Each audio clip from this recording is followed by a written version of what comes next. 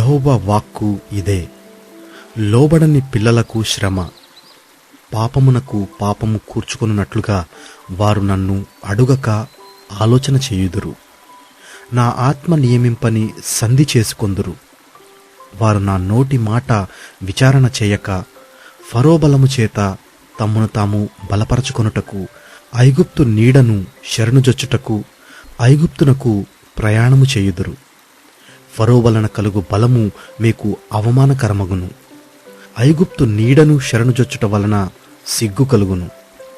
యాకోబు వారి అధిపతులు సోయనులో కనబడినప్పుడు, వారి రాయబారులు హానేసులో ప్రవేశించినప్పుడు, వారందరూ తమకు అక్కరకు రాక ఏ సహాయమునకైనను ఏ ప్రయోజనమునకైనను పనికి రాక సిగ్గును నిందయు కలుగజేయు ఆ జనుల విషయమై సిగ్గుపడుతురు. దక్షిణ దేశములోనున్న క్రూర మృగములను గూర్చిన దేవోక్తి. సింహములను పాములను తాపకరమైన మిడునాగులునున్న మిక్కిలి శ్రమ బాధలు గల దేశము గుండా వారు గాడిద పిల్లల వీపు మీద తమ ఆస్తిని, ఒంటెల మూపుల మీద తమ ద్రవ్యములను ఎక్కించుకొని తమకు సహాయము చేయలేని జనమునొద్దకు వాటిని తీసుకొని పోవుదురు. ఐగుప్తు వలన సహాయము పనికి మాలినది, నిష్ప్రయోజనమైనది. అందుచేతను ఏమీ చేయక ఊరకుండు గుప్పాల మారి అని దానికి పేరు పెట్టుచున్నాను. రాబోవు దినములలో చిరకాలము వరకు నిత్యము సాక్ష్యార్థముగా నుండునట్లు నీవు వెళ్ళి వారి ఎదుట పలక మీద దీన్ని వ్రాసి గ్రంథములో లిఖింపుము. వారు తిరుగబడు జనులు, అబద్ధమాడు పిల్లలు, యెహోవా ధర్మశాస్త్రము విననొల్లని పిల్లలు. దర్శనము చూడవద్దని దర్శనము చూచువారితో చెప్పువారును, యుక్త వాక్యములను మాతో ప్రవచింపకుడి, మృదువైన మాటలనే మాతో పలుకుడి, మాయా దర్శనములను కనుడి, అడ్డము రాకుండుడి, త్రోవ నుండి తొలగుడి, ఇశ్రాయేలు పరిశుద్ధ దేవుని సంగతి మా ఎదుట ఎత్తకుడి అని భవిష్యత్ జ్ఞానులతో పలుకువారునై ఉన్నారు. అందుచేతను ఇశ్రాయేలు యొక్క పరిశుద్ధ దేవుడు ఇలాగూ సెలవిచ్చుచున్నాడు, మీరు ఈ వాక్యము వద్దని త్రోసివేసి బలాత్కారమును కృత్రిమమును నమ్ముకొని అట్టి వాటిని ఆధారము చేసుకొంటిరి గనుక ఈ దోషము మీకు ఎత్తైన గోడ నుండి జోకిపడబోవుచున్న గోడ అండవలే అగును. అది ఒక్క క్షణములోనే హఠాత్తుగా పడిపోవును. కుమ్మరికుండ పగలగొట్టబడినట్లు ఆయన ఏమీ విడిచిపెట్టక దానిని పగులగొట్టును. పొయ్యిలో నుండి నిప్పు తీయుటకు గాని, గుంటలో నుండి నీళ్లు తీయుటకు గాని దానిలో ఒక్క పెంకైనను దొరకదు. ప్రభువును ఇశ్రాయేలు యొక్క పరిశుద్ధ దేవుడునగు యెహోవా ఇలాగూ సెలవిచ్చుచున్నాడు, మీరు మరలి వచ్చి ఊరకుండుట వలన రక్షింపబడెదరు. మీరు ఊరకుండి నమ్ముకొనుట వలన మీకు బలము కలుగును. ఆయనను మీరు సమ్మతింపక అట్లు కాదు, మేము గుర్రములనెక్కి పారిపోవుదమంటిరి. కాగా మీరు పారిపోవలసి వచ్చెను. మేము వడిగల గుర్రములను ఎక్కి పోయేదమంటిరే.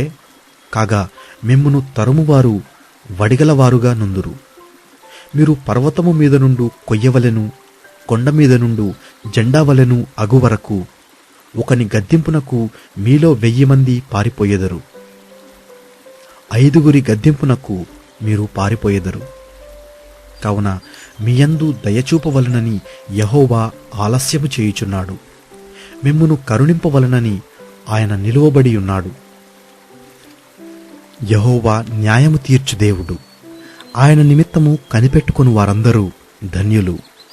సియోనులో యెరూషలేములోనే ఒక జనము కాపురముండును.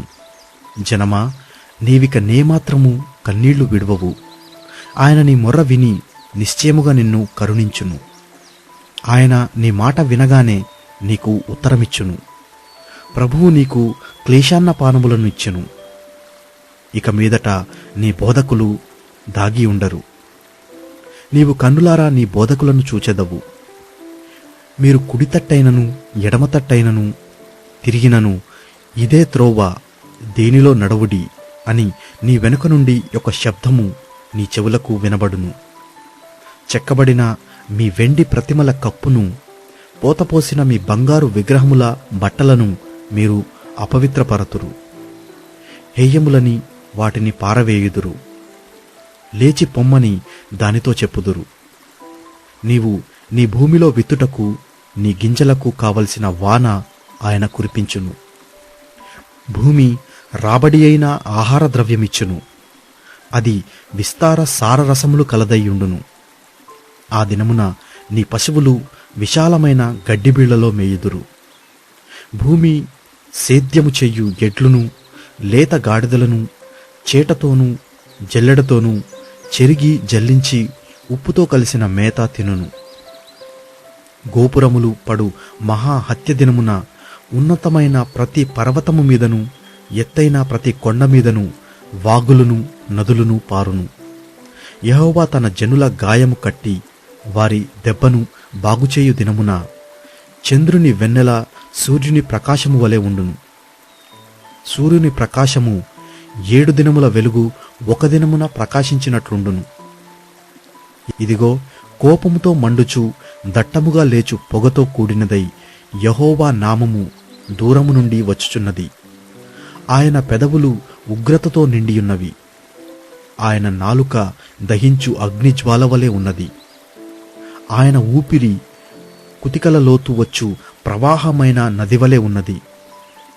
వ్యర్థమైన వాటిని చెదరగొట్టు జల్లెడతో అది జనములను గాలించును. త్రోవ తప్పించు కళ్ళెము జనుల దవడలలో ఉండును. రాత్రియందు పండుగ నాచరించున్నట్లుగా మీరు సంగీతము పాడుదురు. ఇశ్రాయేలునకు ఆశ్రయదుర్గమైన యెహోవా యొక్క పర్వతమునకు పిల్లనగ్రోవి నాదముతో ప్రమాణము చేయువారికి కలుగునట్టి హృదయ సంతోషము కలుగును. యెహోవా తన ప్రభావము గల స్వరమును వినిపించును. ప్రచండమైన కోపముతోనూ దహించు జ్వాలతోనూ పెళపెళయను గాలివాన వడగండ్లతోనూ తన బాహువు వాలుట జనులకు చూపించును. యెహోవా దండముతో అశ్షూరును కొట్టగా అది ఆయన స్వరము విని భీతి నొందును. యెహోవా అశ్షూరు మీద పడవేయు నియామక దండము వలని ప్రతి దెబ్బ తంబురా సితారాల నాదముతో పడును. ఆయన తన బాహువును వానిమీద ఆడించును, యుద్ధము చేయును. పూర్వము నుండి లోపేతు సిద్ధపరచబడి ఉన్నది. అది మొలెకు దేవతకు సిద్ధపరచబడి ఉన్నది. లోతుగాను విశాలముగాను ఆయన దాని చేసియున్నాడు. అది అగ్నియు విస్తార కాష్టములను కలిగియున్నది.